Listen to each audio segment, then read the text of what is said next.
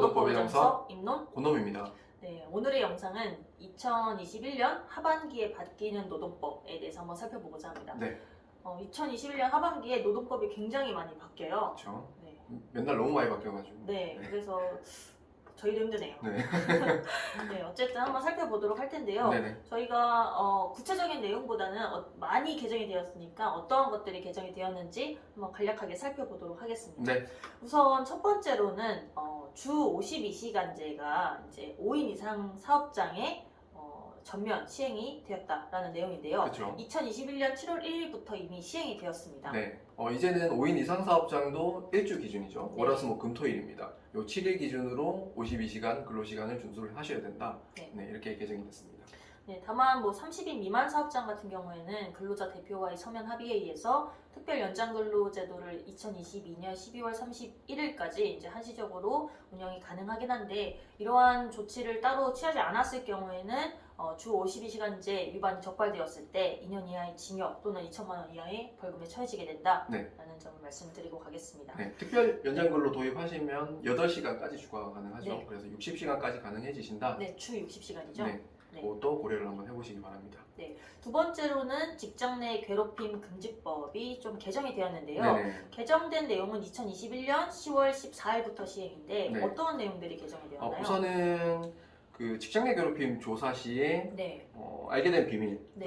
누설을 해서는 안 된다라는 내용이 새로 들어왔다. 그리고 또 하나는 사용자의 직장 내 괴롭힘뿐만 아니라 사용자의 친족까지도 네, 직장 내 괴롭힘을 해서는 안 된다는 금지 조항이 신설이 됐습니다. 네. 그래서 이런 내용이 추가가 됐고 거기에다가 제재 규정까지 음. 신설이 됐죠. 네, 그래서 신설된 제재 규정을 보면은 네, 기존에는 제재 규정이 하나밖에 없었습니다. 네, 직장 내 괴롭힘 신고를 하거나 아니면 피해 근로자라고 주장을 했을 때 그 사람들을 오히려 불이하게 처우를 해버리면은 그걸 처벌하는 규정만 있었는데, 이제는 과태료 규정까지 신설이 돼가지고요. 네, 앞에서 말씀드린 사용자나 사용자의 친족이 네, 직장 내 괴롭힘을 했을 때는 1천만 원 이하의 과태료를 네. 부과하는 규정이 신설이 됐고, 그리고 기존에도 그 내용은 있었지만은 과태료 네. 규정이 없었던 네, 사용자가 직장 내 괴롭힘 행위를 조사하지 않거나 아니면은 피해 근로자를 보호하지 않거나 가해 근로자를 징계 등을 조치를 하지 않거나 아니면은 조사 과정에서 알게 된 비밀을 누설하는 경우에는 500만 원 이하의 과태료 규정이 또 신설이 됐다. 그래서 네. 직장 내 괴롭힘 금지법이 좀 강화가 됐다. 네. 이렇게 말씀드릴 수 있겠습니다.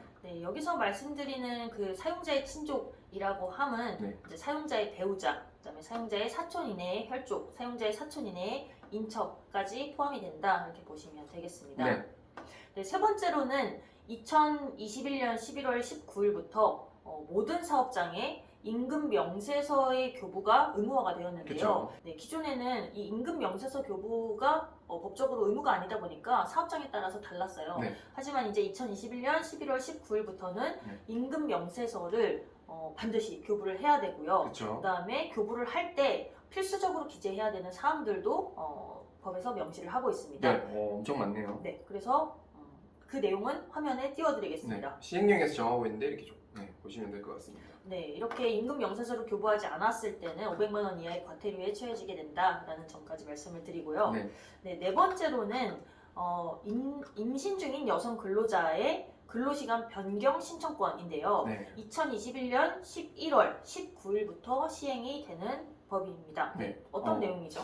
보통 저희가 임부라고 하죠. 임신 중인 근로자를. 네, 그 임신 중인 근로자가 기존에는 근로시간 단축 신청권은 있었습니다. 그래서 임신을 했을 때 근로시간 단축 신청을 하면은 그걸 허용할 의무가 있었는데, 네, 이번에 근로시간 변경이라는 부분은 근로시간 단축은 없이 네, 시업시각하고 종업시각만 좀 변경을 요청하는 거죠. 그래서 예를 들면은 보통 9 to 6까지 근로를 하던 임부가 10시부터 나는 일을 하고 싶다. 좀 늦게 출근해가지고. 그래서 네네. 10시부터 7시까지 일을 하고 싶다. 8시간 채우지만은. 그렇게 변경 신청을 했을 때도 이제는 허용이 된다. 네. 이렇게 말씀드릴 수 있겠습니다. 만약에 이게 허용하지 않았을 때는 어떻게 되나요? 허용하지 않았을 때는 500만 원 이하의 과태료 네. 규정이 있습니다. 네, 또 하나 이제는 임신 중인 여성 근로자도 육아휴직을 사용할 수 있게 되었는데요. 2021년 11월 19일부터입니다. 네. 기존에 육아휴직은 이제 말 그대로 네, 육아휴직은 그 애가 태어나야 되죠. 애가 태어나고 난 이후에만 쓸 수 있었는데, 네, 그래서 이전에는 임신 중에는 육아휴직은 사용이 안 됐습니다. 그런데 임신 중에 사용할 수 있는 게 출산휴가밖에 네네. 없었죠. 근데 네. 출산휴가도 이제 요건이 있습니다. 사용할 수 있는 기한이 있었죠. 그렇다 보니까 그걸 사용할 수 없는 시기에 네. 뭔가 특별히 사용을 할 게 없다 보니까 육아휴직도 이제는 애가 태어나지 않더라도 네. 좀 땡겼을 수 있도록 네. 네, 임신 중에도 육아휴직을 사용할 수 있도록 개정이 됐습니다. 네, 그렇습니다. 네. 네, 여섯 번째로는 기간제 근로자나 파견 근로자가 출산 휴가 중에 계약 기간이 만료가 되었다 하더라도 네. 출산 휴가 급여를 보장을 해주는 제도인데요. 네. 이미 시행이 되었습니다. 네. 2021년 7월 1일부터 시행이 되었는데요. 네. 보통 계약 기간이 만료가 되면은 네.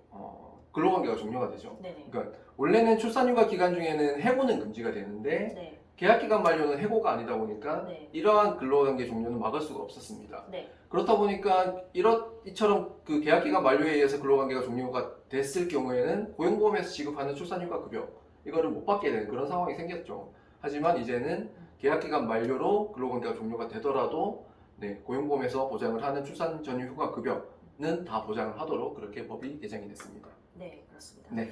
네, 다음 일곱 번째로는 체당금 제도와 관련한 개정인데요. 네.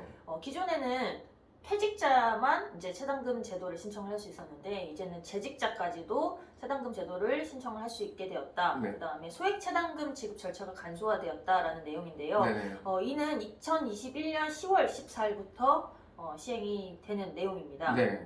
우선은 기존에는 체당금은 네. 퇴직자만 받을 네. 수 있도록 했었는데 재직자까지도 확대가 됐다. 그게 바뀌었고요. 두 번째로는 소액체당금 지급 절차가 좀 간소화가 됐는데요. 기존에 소액체당금을 받기 위해서는 확정 판결이 있어야 됐습니다. 그래서 법률구조공단을 거쳐가지고 그래도 판결을 받아야지 소액체당금 지급이 됐는데 이제는 그 확정 판결이라는 절차를 안 거치더라도 즉 법률구조공단을 안 거치더라도 노동부에서 발급한 체불, 임금 등 사업주 확인서 요것만으로도 소액체당금이 지급이 되도록 간소화가 됐습니다. 네, 그다음에 이제 여덟 번째로는 특수 형태 근로 종사자에게도 고용보험 적용이 확대가 되었어요. 네네. 그래서 12개 직종으로 확대가 되었는데 네. 그 직종은 화면에 보시는 바와 같습니다. 네.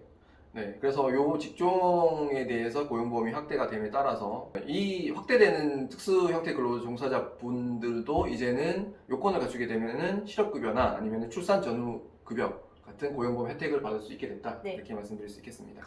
네, 다음으로는 이제 개정노조법이 시행이 되었어요. 이미 네. 2021년 7월 6일부터 시행이 되고 있는데 네. 이 개정노조법 중에서도 조금 중요하다라고 생각하는 부분만 좀 살펴보겠습니다. 네. 그래서 아홉 번째로 이제 개정이 된 내용을 한번 보시면요. 네. 이제는 기업별 노조에도 비종사자까지 노동조합에 가입을 할 수 있게 되었어요. 네. 이게 무슨 내용인가요? 기업별 노조라는 것 자체가 기업별로 이렇게 네.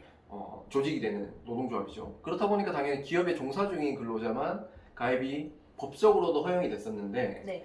이제는 이게 개정이 돼가지고 기업별 노조에도 뭐 해고된 사람이나 뭐 이런 사람들 비종사 근로자 퇴직한 사람이죠. 네. 그런 사람들도 이제는 가입이 허용이 되도록 법이 개정이 됐다 이렇게 말씀드릴 수 있겠습니다. 네, 그렇습니다. 네. 그다음에 열 번째로는 단체 교섭과 관련한 제도가 개편이 되었는데요. 네네. 복수노조 사업장에서 교섭 창구 단위라 절차를 거치지 않고 이제 개별 교섭을 한다라고 했을 때 네. 사용자에게 이제 양 노조 간의 성실 교섭 의무와 차별 금지 의무를 부과하는 내용이 개정이 되었다라는 내용이고요. 네네. 네, 또 하나는 이제 분리된 교섭 단위를 통합할 수 있는 근거를 신설을 한 내용인데요. 네. 기존에 교섭단위 분리 신청을 통해 가지고 네, 교섭단위가 한번 분리가 돼버리면 영원히 가버리죠 이게. 네, 네. 그러니까 계속 그 분리된 교섭단위로 교섭이 이루어졌는데 이게 통합이 될 필요성이 생기는 경우가 있었습니다. 네.